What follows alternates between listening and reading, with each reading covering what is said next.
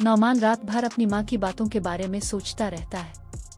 वो दिल ही दिल में कहता है कि दुनिया इज्जत से जीने नहीं देती, मगर उसकी माँ कभी उसकी मजबूरी नहीं समझेगी। वो फैसला करता है कि सुबह होते ही नहा के मामले पर अपनी माँ से बात करेगा। दूसरी तरफ नहा अपनी बहनों के साथ बैठकर खुद को संभालने की कोशिश करती है। वो कहती है कि अब वो मजीद आंसू नहीं बहाएगी, बल्कि हिम्मत के साथ हर मुश्किल का मुकाबला करेगी। अली अपनी खाला से नहा के दुख का जिक्र करता है। वो गुस्से में कहता है कि नौमान ने इसकी बहन की जिंदगी बर्बाद कर दी है और वो इसे कभी मुआफ नहीं करेगा। खाला अली को समझाती है कि कभी कभी इंसान को अपने गम भला कर दूसरों के लिए जीना पड़ता है।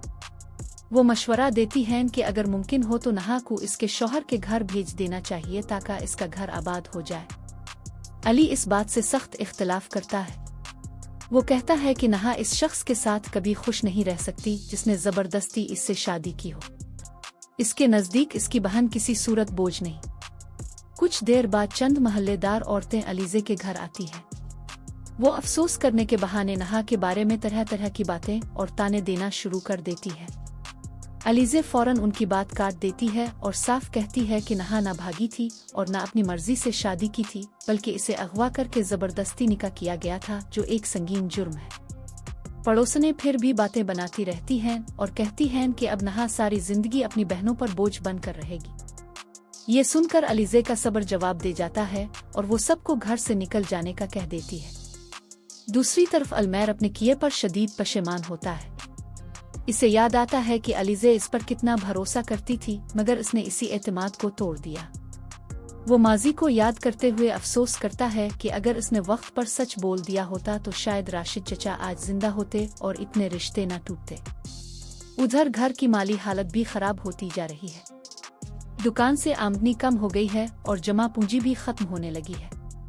अलीजे परेशानी में फैसला करती है कि वो नौकरी करेगी ताकि घर का खर्च चल सके, मगर अली उसकी सख्त मुखालफत करता है और कहता है कि वो कोई ना कोई और रास्ता निकाल लेगा। इसी दौरान अलीजे के फोन पर बार बार कॉल आती है, मगर वो फोन नहीं उठाती। दूसरी तरफ इंस्पेक्टर हैदर गुस्से में फैसला करता है कि अब वो खुद जाकर अलीजे को अपनी ताकत दिखाएगा। उधर एक नई पड़ोसन अपने घर में बैठी होती है तो एक खातून इसे मोहल्ले की बातें सुनाती है। वो अलीजे और उसकी बहनों के बारे में झूठी और मन घड़त कहानियां बयान करके उन्हें बदनाम करने की कोशिश करती है।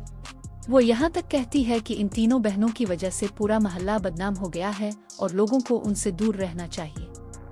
नई पड़ोसन ये सब सुनकर परेशान हो जाती है। दूसरी तरफ नहा माजी को याद करती है जब नौमान ने वादा किया था कि एक माह बाद वो बाकायदा बारात लेकर आएगा और सब कुछ इज्जत से करेगा। नहा टूटे हुए दिल के साथ सोचती है कि आखिर उसकी किस्मत में इतनी आजमाइशें ही क्यों लिखी गईं। वो अपने मुस्तकबिल के बारे में शदीद परेशान दिखाई देती है। अलीजे अपनी बहन को दिलासा देती है और कहती है कि लोगों की बातों पर कान ना धुरे।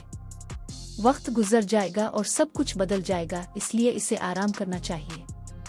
किस्त के इख्तिताम पर तीनों बहनें अपनी अपनी आजमाइशों से लड़ने का अज़्म करती हैं, जबकि दूसरी तरफ दुश्मन उनके खिलाफ नई साजिशें तैयार कर रहे होते हैं, जिससे आने वाली किस्त मजीद दिलचस्प होने का इशारा देती है।